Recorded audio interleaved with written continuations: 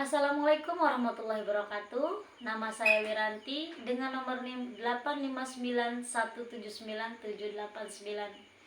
Saya membuat video ini untuk menjawab tugas 1 mata kuliah Pancasila dengan tema Pelajaran dari Sejarah Pancasila bagi Generasi Muda. Dalam video ini, saya akan memilih salah satu fokus pembahasan tentang proses lahirnya Pancasila yang dimulai dari pembentukan BPUPKI, Piagam Jakarta, dan PPKI sehingga Pancasila menjadi dasar dan pedoman bagi bangsa Indonesia. Dalam pembukaan Undang-Undang Dasar 1945 dan Pasal 1 Ayat 3 Undang-Undang Dasar 1945 bahwa Pancasila merupakan asas negara dan menjadi pandangan hidup bangsa Indonesia. Pada tanggal 1 Maret 1945 dibentuklah BPUPKI atau yang dikenal dengan nama Dokuritsu Junbicho Sakai. Pembentukan BPUPKI sebagai pemenuhan janji Jepang yang akan memerdekakan bangsa Indonesia, karena pada waktu itu Jepang sedang mengalami kekalahan di Perang Pasifik pada tahun 1945.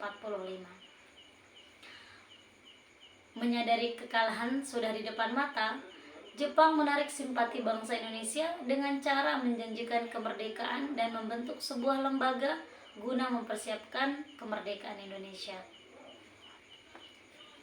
BPUPKI diresmikan pada tanggal 29 April 1945 dan diketuai oleh Dr. Rajiman Didingrat.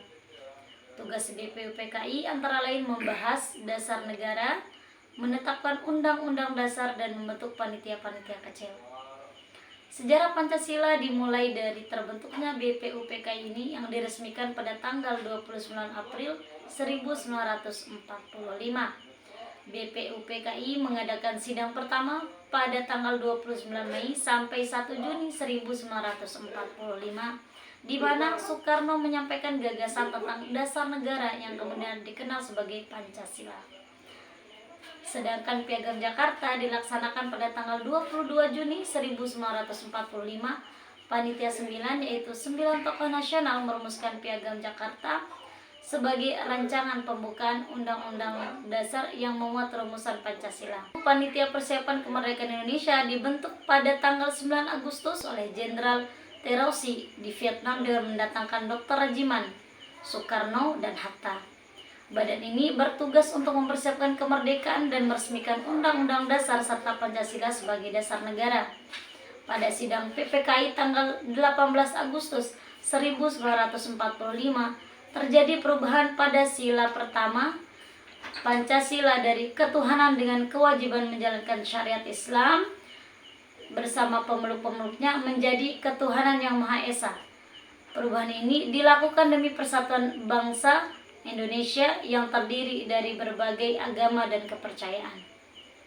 Nilai Pancasila yang tercermin dari peristiwa tersebut adalah bisa kita simpulkan yang pertama, nilai persatuan yang dimana terlihat dari perubahan sila pertama menunjukkan semangat persatuan dan toleransi, mengutamakan kepentingan bersama di atas golongan atau agama tertentu. Nilai musyawarah dan demokrasi tercermin dari keputusan yang diambil melalui musyawarah dan mufakat oleh tokoh bangsa.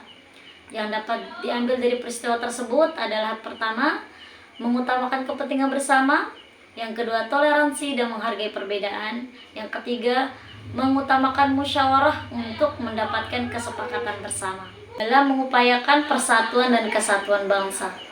Lalu, bagaimana nilai ini masih relevan bagi generasi muda saat ini? Tentu saja, nilai persatuan dan toleransi sangat relevan untuk generasi sekarang, terutama dalam menghadapi tantangan keberagaman di era globalisasi. Generasi muda dapat belajar untuk menghargai perbedaan, menjaga persatuan, lalu menyelesaikan masalah melalui musyawarah. Sebagaimana yang harus kita contoh dengan para pendiri bangsa dalam peristiwa proses lahirnya Pancasila itu sendiri. Demikian presentasi yang bisa saya sampaikan. Mohon maaf jika ada kekurangan. Wassalamualaikum warahmatullahi wabarakatuh.